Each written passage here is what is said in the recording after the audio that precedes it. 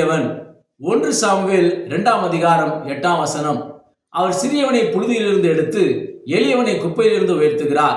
அவர்களை பிரபுக்களோடு உட்காரவும் மகிமையுள்ள சிங்காசனத்தை சுதந்திரிக்கவும் பண்ணுகிறார். பூமியின் அஸ்திபாரங்கள் கர்த்தருடையவைகள், அவரே அவைகளின் மேல் பூச்சக்கரத்தை வைத்தார். 1 சாமுவேல் 2ஆம் அதிகாரம் 1 முதல் 10 வசனங்கள் அன்னாளின் ஜெபம், அதாவது பாட்டு.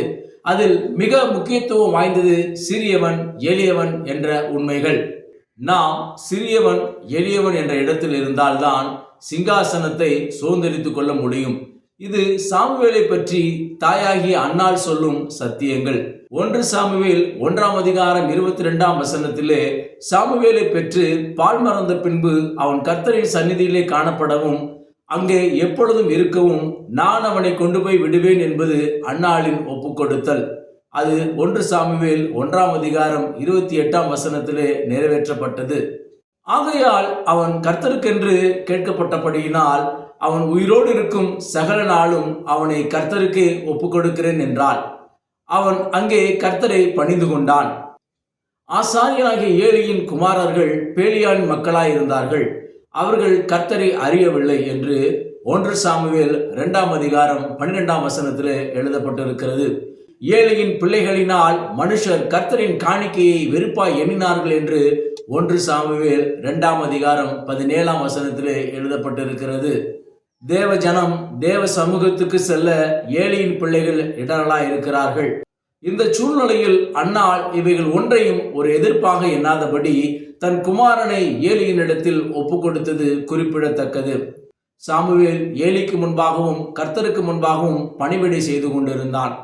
1 சாமுவேல் 2ஆம் அதிகாரம் 11ஆம் வசனத்திலே சாமுவேல் ஆசாரியனாகிய ஏலிக்கு முன்பாக கர்த்தருக்கு பணிவிடை செய்து கொண்டிருந்தான் என்றும், 1 சாமுவேல் 2ஆம் அதிகாரம் 18ஆம் வசனத்திலே சாமுவேல் என்ற பிள்ளையாண்டான் சணநூல் ஏபோத்தை தரித்தவனாய் கர்த்தருக்கு முன்பாக பணிவிடை செய்தான் என்றும் எழுதப்பட்டிருக்கிறது. என்னாகமம் 12ஆம் அதிகாரம் 7ஆம் வசனத்திலே மோசே தேவனுடைய வீட்டிலே எங்கும் உண்மையுள்ளவன் என்று எழுதப்பட்டிருக்கிறது. எபிரேயர் 3ஆம் அதிகாரம் 2ஆம் வசனத்திலே மோசே தேவனுடைய வீட்டில் எங்கும் உண்மையுள்ளவராய் இருந்தது போல இவரும் தம்மை ஏற்படுத்தினவருக்கு உண்மையுள்ளவராய் இருக்கிறார் என்று பவுல் எழுதுகிறார். இங்கு சாமுவேல் தேவனுடைய வீட்டிலே எங்கும் உண்மையுள்ளவன். 1 சாமுவேல் 3ஆம் அதிகாரம் 19ஆம் வசனத்திலே சாமுவேல் வளர்ந்தான், கர்த்தர் அவனோடு கூட இருந்தார், அவர் தம்முடைய எல்லா வார்த்தைகளிலும் ஒன்றையாகிலும் தரையிலே விழுந்து போக விடவில்லை என்றும், 1 சாமுவேல் 3ஆம் அதிகாரம் 20ஆம் வசனத்திலே சாமுவேல் கர்த்தருடைய தீர்க்கதரிசிதான் என்று தான் முதல் பெயர்சபா மட்டுமல்ல சகல இஸ்ரவேலருக்கும் விளங்கினது என்றும் எழுதப்பட்டிருக்கிறது. இங்கு நாம் காணும் சாமுவேலின் மேன்மை உயர்வு என்பது அன்னாளின் ஜெபம், அதாவது பாட்டு என்ற சிறியவன் எளியவன் என்ற தகுதியிலே அடங்கியிருக்கிறது. இங்கு சாமுவேலின் மேன்மை உயர்வு என்ற வார்த்தை 2 சாமுவேல் 23ஆம் அதிகாரம் 1ஆம் வசனத்திலே மேன்மையாய் உயர்த்தப்பட்டு என்று தாவீது தன்னை குறித்து சொன்ன வார்த்தையோடு இணைகிறது. தாவீது தன்னை சிறியவன் எளியவன் என்று பல இடங்களில் குறிப்பிடுகிறார். முதலாவதாக சிறியவனை புழுதியிலிருந்து எடுத்து என்பது மண்ணிலிருந்து புழுதியிலிருந்து மனிதன் உண்டாக்கப்பட்டான் என்பதை காட்டும். இதை ஆதியாகமம் 2ஆம் அதிகாரம் 7ஆம் வசனத்திலே நாம் காண்கிறோம். தேவனாகிய கர்த்தர் மனுஷனை பூமியின் மண்ணினாலே உருவாக்கி ஜீவ சுவாசத்தை அவன் நாசியிலே ஊதினார், மனுஷன் ஜீவாத்மாவானான். மனிதன் தன்னை சிறியவன் என்று எப்போதும் எண்ணிக்கொள்ள வேண்டும். என் பிதா என்னிலும் பெரியவர் என்று யோவான் 14:28 என் பிதா எல்லாரிலும் பெரியவராய் இருக்கிறார் என்று யோவான் 10:29 இயேசு தம் வாயிலாகவே குறிப்பிடுகிறார். பிலிப்பியர் 2ஆம் அதிகாரம் 6, 7, 8 வசனங்களிலே பிதாவுக்கு சமம் என்ற பதவியை இயேசு கொள்ளையாடவில்லை. அவர் தேவனுடைய ரூபமாயிருந்தும் தேவனுக்கு சமமாயிருப்பதை கொள்ளையாடின பொருளாக எண்ணாமல் தம்மை தாமே வெறுமையாக்கி அடிமையின் ரூபம் எடுத்து மனுஷ சாயலானார். அவர் மனுஷ ரூபமாய் காணப்பட்டு மரண பரியந்தம், அதாவது சிலுவையின் மரண பரியந்தமும் கீழ்ப்படிந்தவராகி தம்மை தாமே தாழ்த்தினார். என் பிதா என்னிலும் பெரியவர் என்றால் இவர் சிறியவர் என்றே பொருள்படும். 1 கொரிந்தியர் 15ஆம் அதிகாரம் 47ஆம் வசனத்திலே முந்தின மனுஷன் பூமியிலிருந்து உண்டான மண்ணானவன், 2ஆம் மனுஷன் வானத்திலிருந்து வந்த கர்த்தர் என்று எழுதப்பட்டிருக்கிறது. புழுதியிலிருந்து எடுக்கப்பட்ட மனிதனை சிறியவன் என்று நாம் கண்டோம். தேவனுக்கு சமம் என்ற இடத்தை கொள்ளையாடாமல் மனிதனான இவரும் என் பிதா என்னிலும் பெரியவர் என்று தம்மை பிதாவுக்கு சிறியவராக்குகிறார். தேவன் மனிதனானார் என்பது ஆச்சரியத்திலும் ஆச்சரியம். தேவன் மாம்சத்தில் வெளிப்பட்டார் என்பது ஆராய்ச்சியிலும் ஆராய்ச்சி. மனிதன் தன்னை சிறியவன் என்ற இடத்திலே எப்போதும் வைத்துக் கொள்ள வேண்டும். ஆதி மனிதனின் வாழ்க்கையிலே சர்ப்பம் ஏவாளை வஞ்சித்த இடத்திலே இவர்கள் தாங்கள் சிறியவர்கள் என்ற இடத்தை இழந்து நஷ்டத்தை அடைந்தார்கள். அநாதி தேவன் என்பது யாக்கோப்போடு இணைந்தது. உபாகமம் 33:27 அநாதி தேவனே உனக்கு அடைக்கலம் என்று எழுதப்பட்டிருக்கிறது. இந்த யாக்கோப்பை யோவான் 4:12 சமாரியா நாட்டு ஸ்திரீ பெரியவர் என்ற வார்த்தையிலே குறிப்பிடுகிறார். நீர் யாக்கோப்பை விட பெரியவரோ?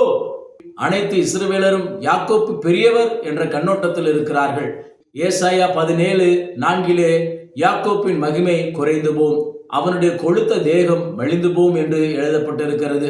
யாக்கோப்பை பெரியவர் என்று மற்றவர்கள் சொல்வது அந்த பெரியவர் என்ற வார்த்தை தகர்க்கப்படுவதாக ஏசாயா 17:4 நாம் காண்கிறோம்.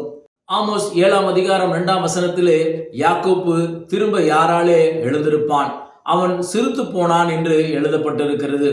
மனிதன் தன்னை சிறியவன் என்ற இடத்திலே நிறுத்தாமல் அவன் நஷ்டப்பட்டது போல யாக்கோப்பை மற்றவர்கள் பெரியவர் என்று சொன்ன இடத்திலே அது தகர்க்கப்பட்டது போல நாம் காணப்படாதபடி நாம் சிறியவன் என்ற இடத்திலே நம்மை வைத்துக் கொள்ள வேண்டும். ரோமர் 11:26 இது யாக்கோப்பின் அவபக்தி என்று எழுதப்பட்டிருக்கிறது.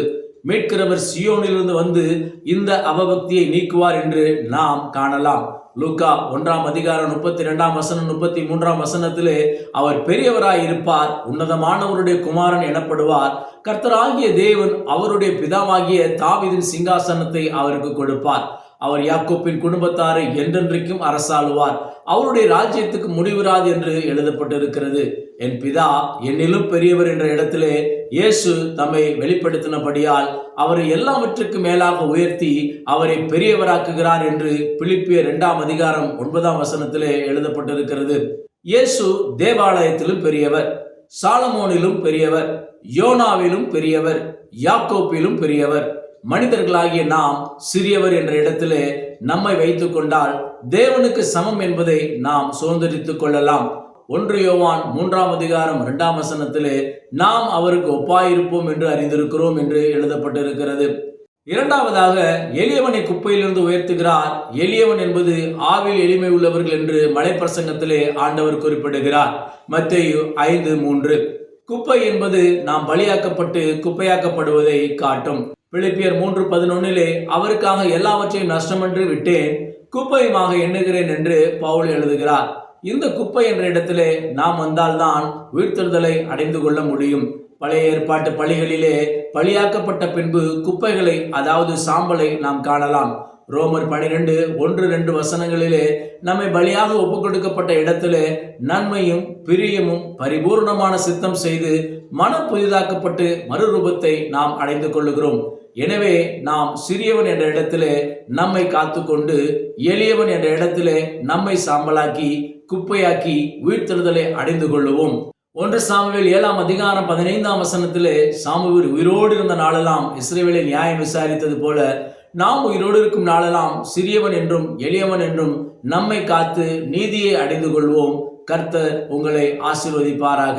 ஆமென். தேவனுக்கே மகிமை உண்டாவதாக.